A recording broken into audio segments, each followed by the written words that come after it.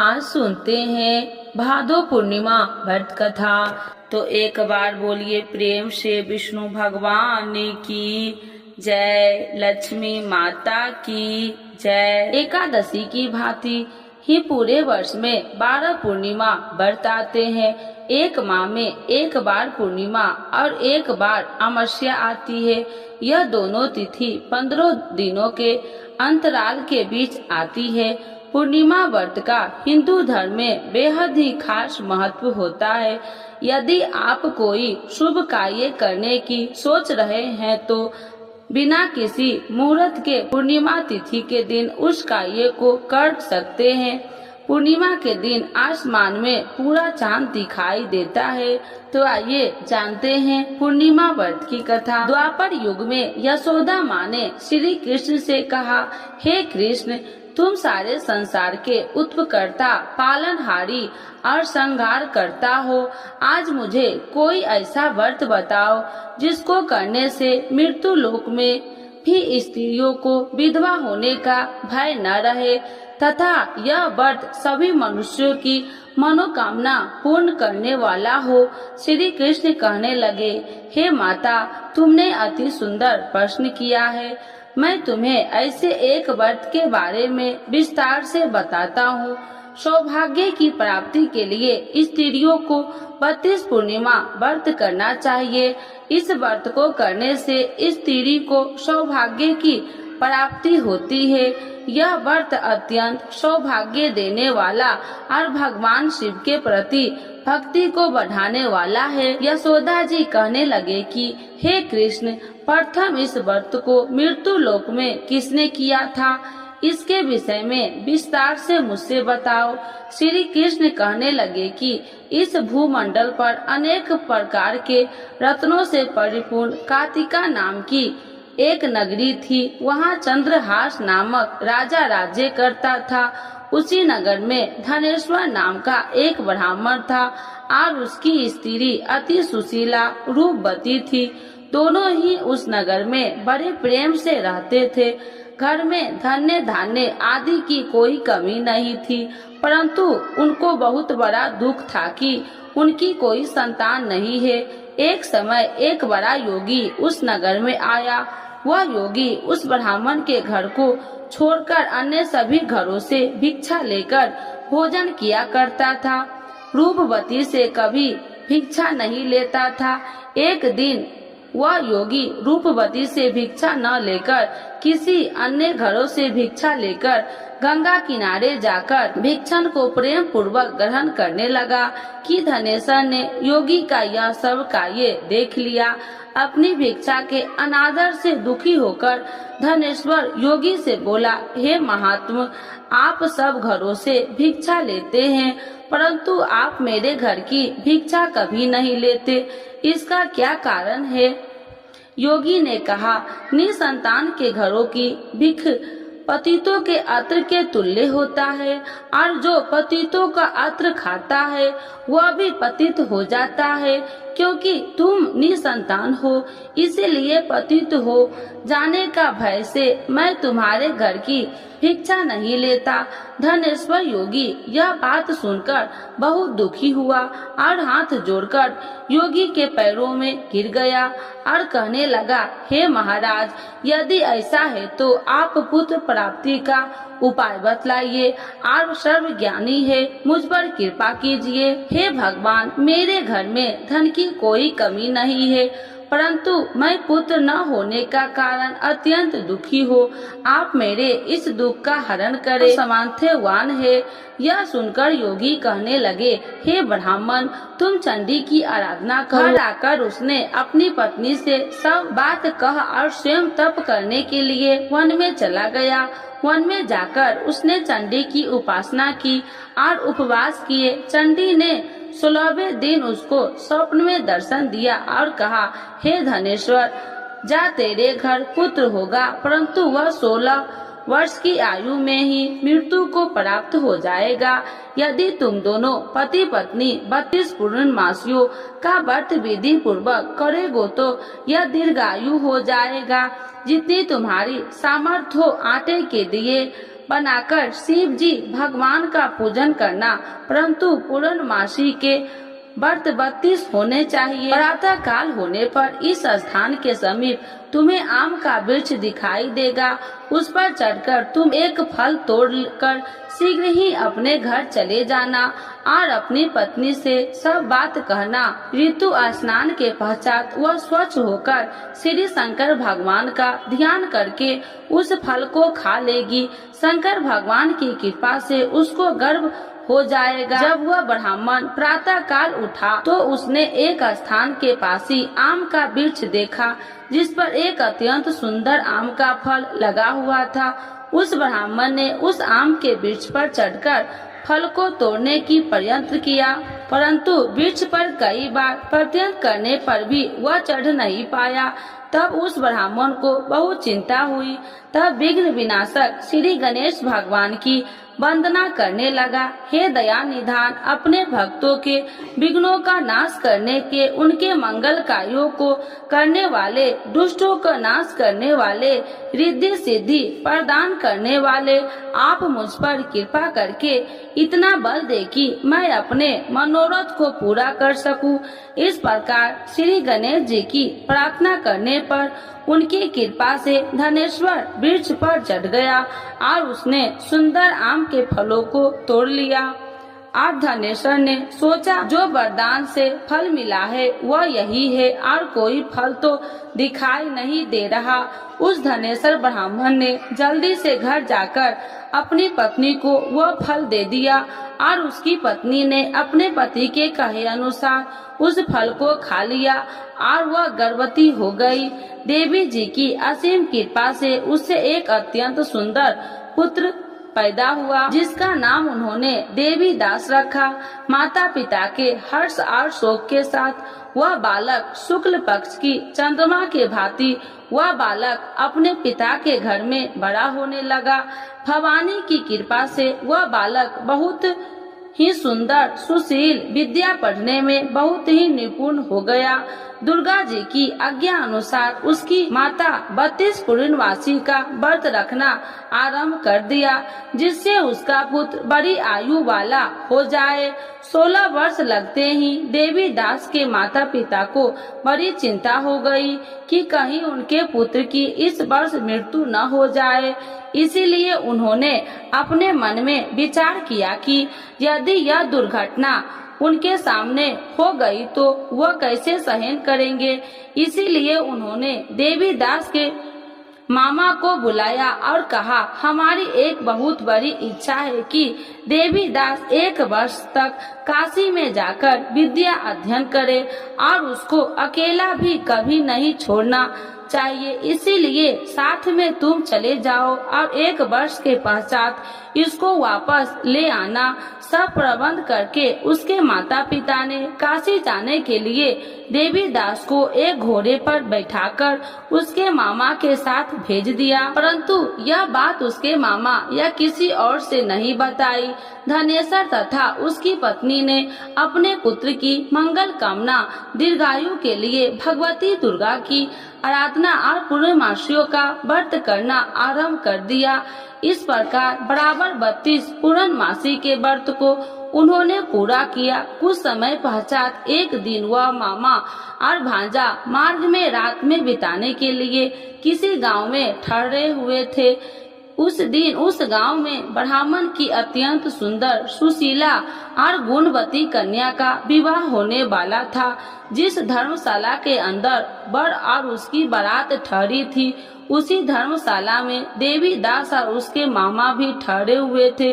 संयोगवश कन्या को तेल आदि चढ़ाकर मंडप आदि का कार्य किया गया। तो लगन के समय वर को धनुवात हो गया। इसीलिए वर के पिता ने अपने कुटुंबियों से विमर्श करके निश्चय किया कि यह देवी दास मेरे पुत्र जैसा ही सुंदर है, मैं इसके साथ ही लगन करवा दूं और बाद में विवाह के अन्य कार्य मेरे लड़के के साथ ही हो जाएगा।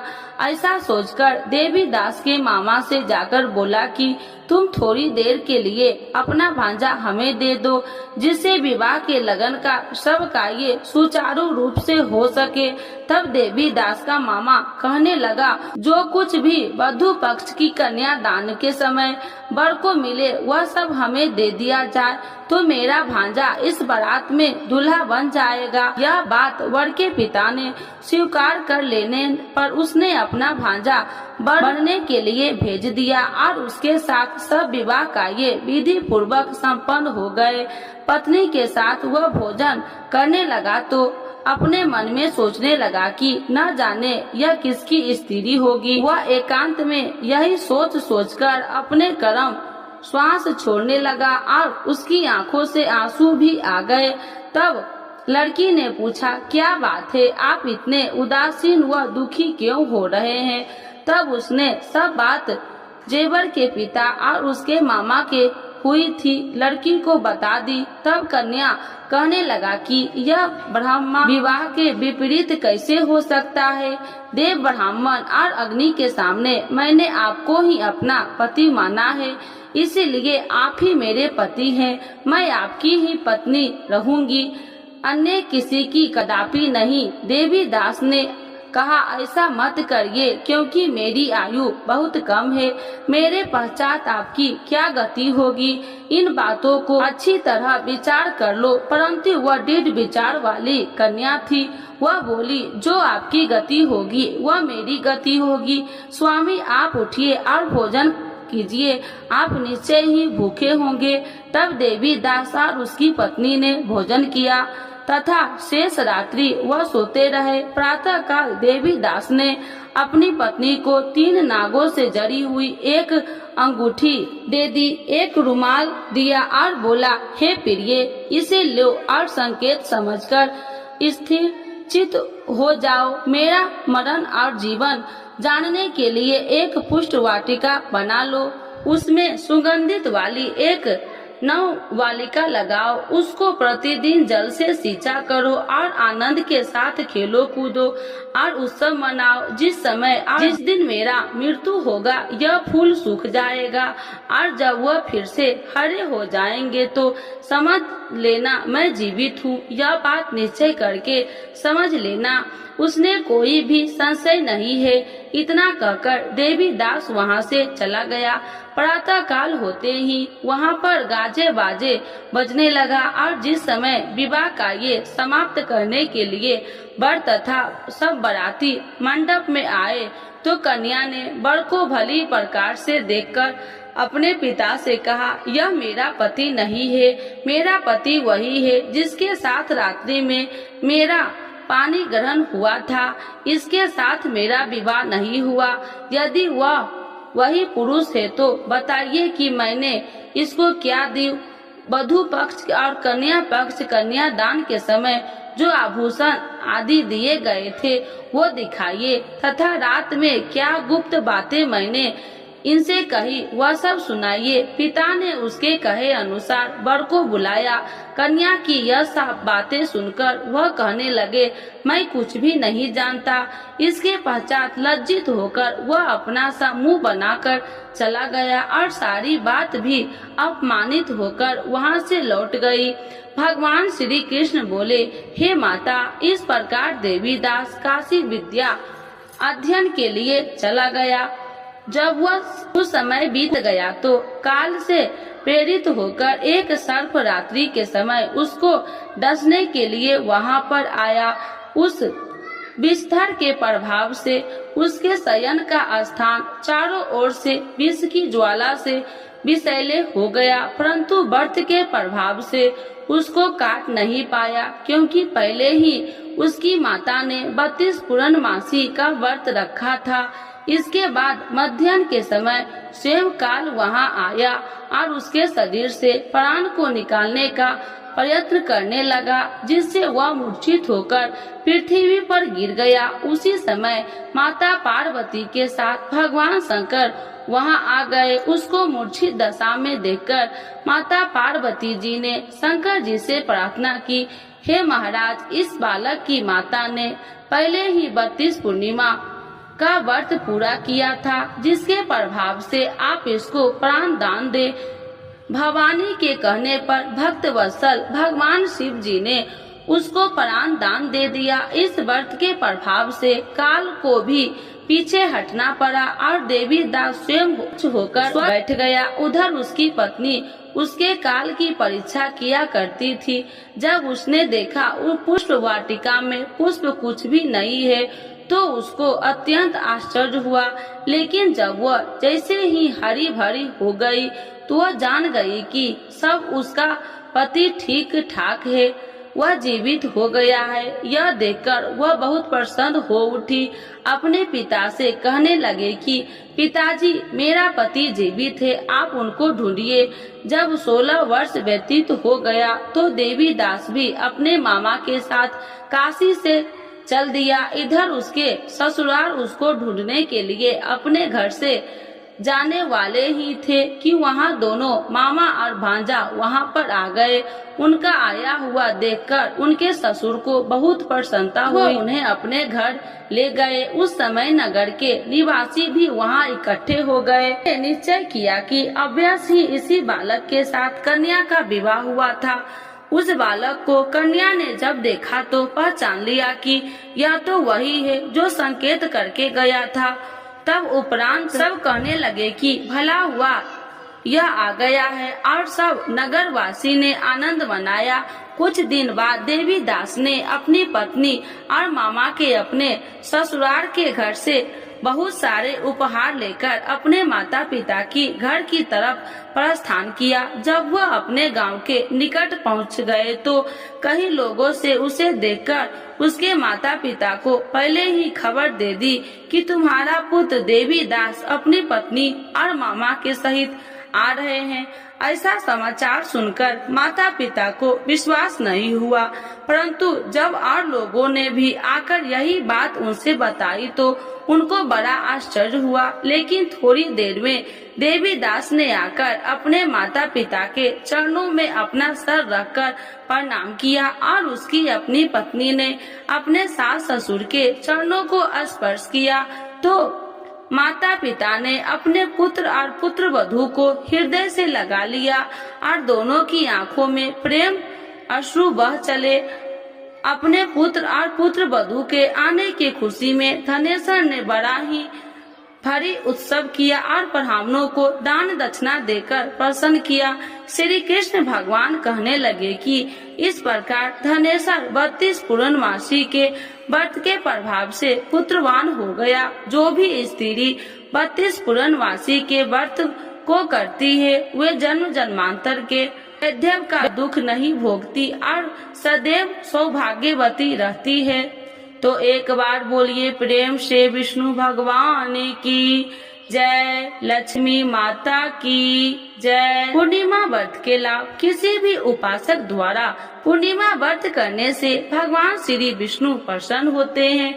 पूर्णिमा व्रत करने वाले उपासक को जल्द ही संतान प्राप्ति होती है और संतान की दीर्घायु प्राप्त होता है। पूरी श्रद्धा से पूर्णिमा का व्रत करने से गृह कलेश दूर होते हैं।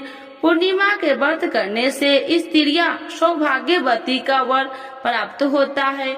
इस व्रत को करने से मानसिक और शारीरिक कष्ट दूर होते हैं।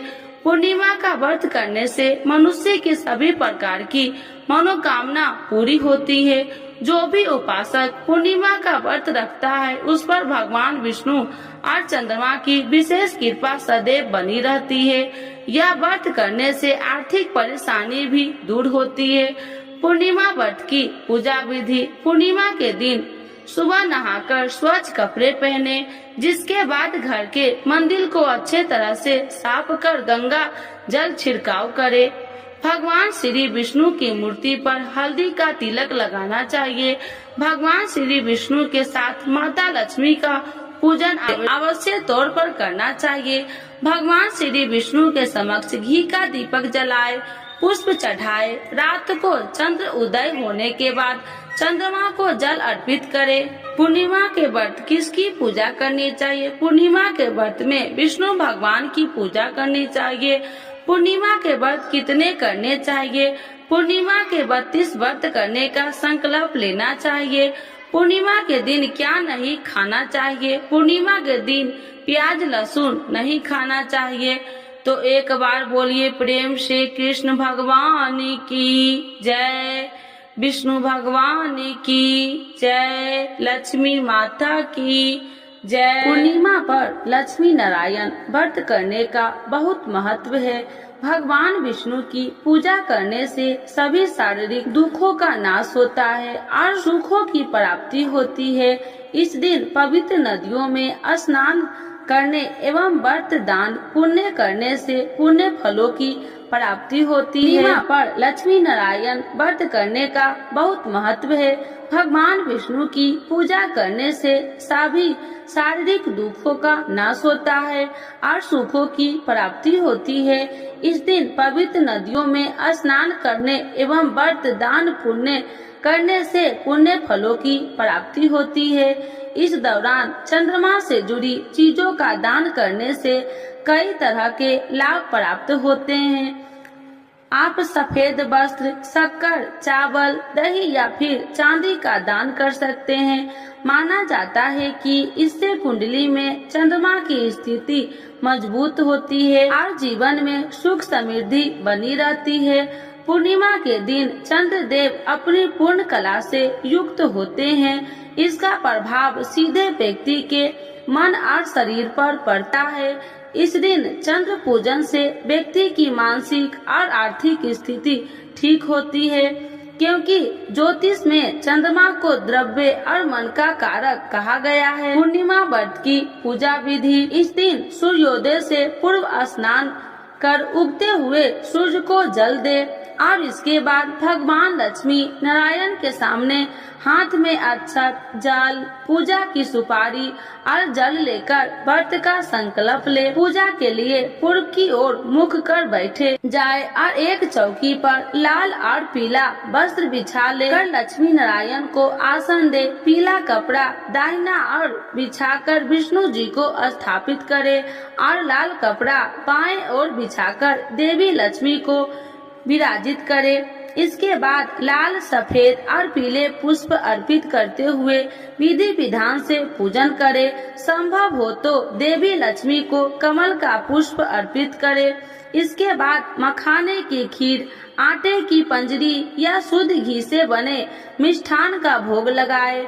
आरती के बाद लक्ष्मी नारायण व्रत की कथा श्रवण या वाचन करे। पूर्णिमा तिथि पर व्रत रखकर विधिवत विष्णु जी का पूजन करने और चंद्रमा को अर्घ देने से आपके घर में सुख समृद्धि बनी रहेगी। यह तिथि माता लक्ष्मी को भी अत्यंत प्रिय है, इसीलिए इस दिन श्री हरि के साथ माता लक्ष्मी पूजन करने से दरिद्रता का नाश होता है। धार्मिक मान्यता है कि व्रत के प्रभाव से मनुष्य की समस्त मनोकामनाओं की पूर्ति होती है। इस व्रत को करने से धन संपत्ति, सुख, वैभव और वृद्धि होती है। इस व्रत को गृहस्थ ही नहीं अविवाहितों को भी करना चाहिए। इससे उन्हें संयोग जीवन साथी की प्राप्ति होती है। तो एक बार बोलिए प्रेम से लक्ष्मी नारायण भगवान की जय।